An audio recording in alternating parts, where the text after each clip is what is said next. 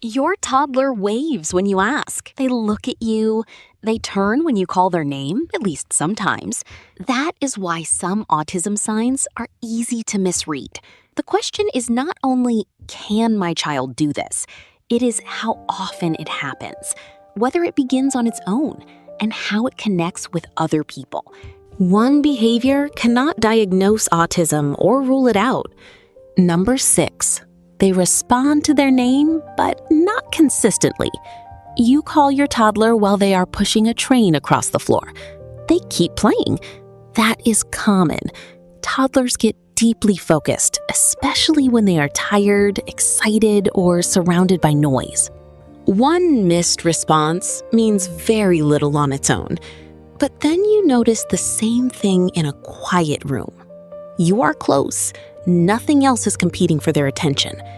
You say their name, and there is no glance, pause, sound, or small turn toward you.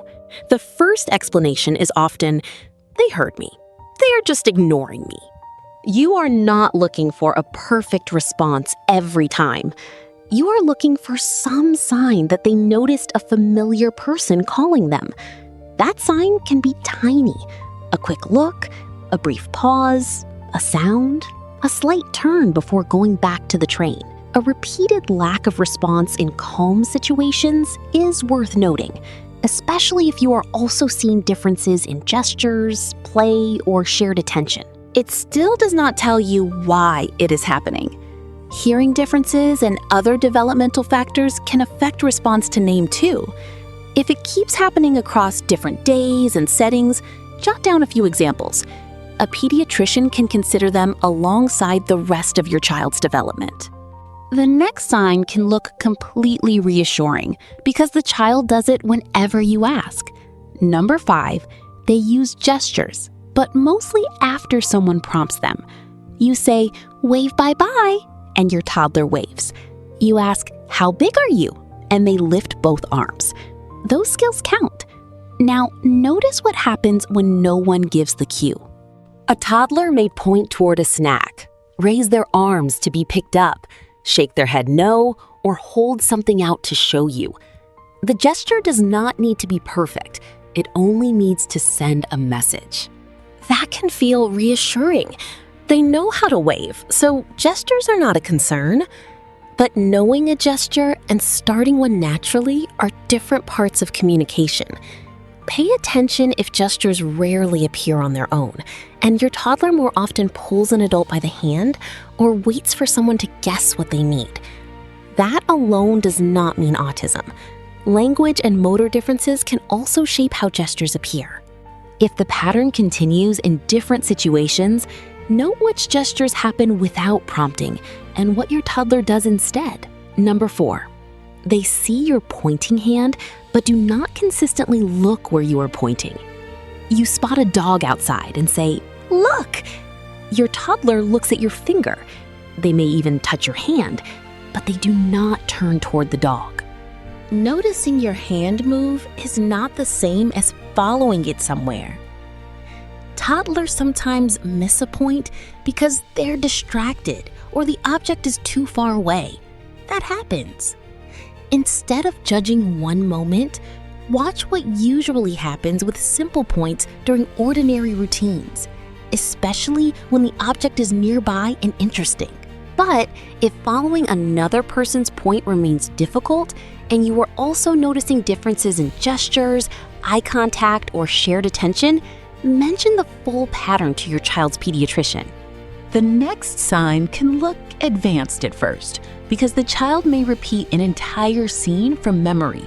Number 3, their pretend play looks developed, but it stays almost exactly the same. Your toddler picks up a toy phone, says the same phrase, and repeats the same short scene again and again. Repetition is also a normal part of toddler play. What matters here is flexibility. Can the play change when you add a new idea? Can the doll become hungry or sleepy? Can the toy car go somewhere different? Or does the scene stop when the routine changes? A child may use pretend play and still show a narrow pattern, especially when the same actions, words, or order return with little variation. That pattern alone does not explain why. Language level and familiarity with a toy can both affect how much variety you see. Now, watch what happens beyond one favorite scene. Does the same fixed routine appear with different toys, in different rooms, and when another person tries to join?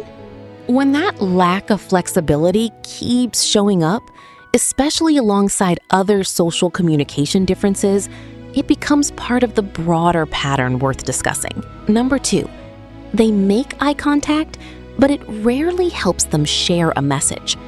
Your toddler looks at you when you enter the room. They may look directly at your face when you call them.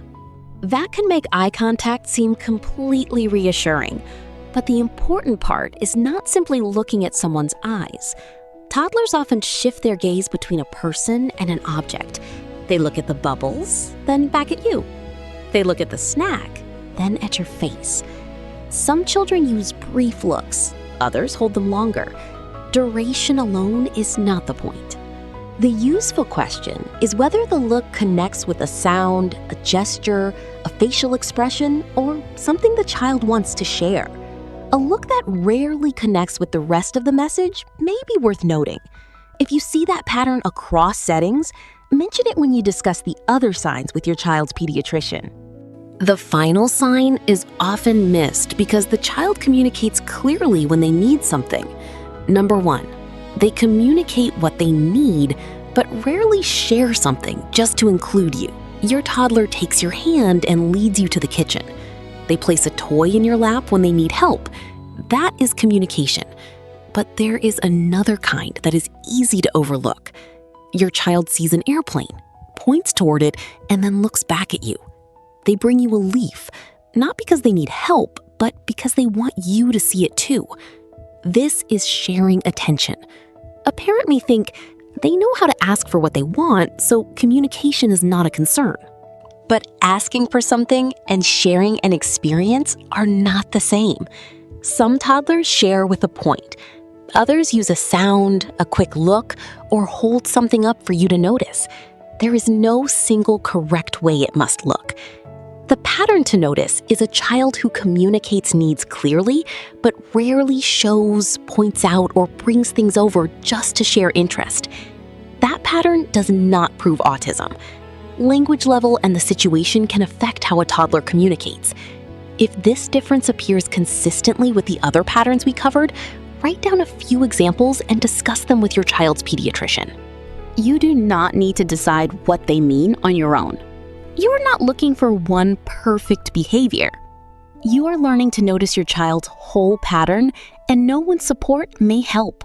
And there is another small behavior parents often misread: when your baby suddenly grabs your face.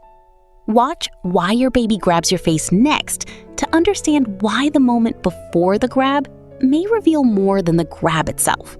Then subscribe to the baby code so you do not miss the next behavior we decode.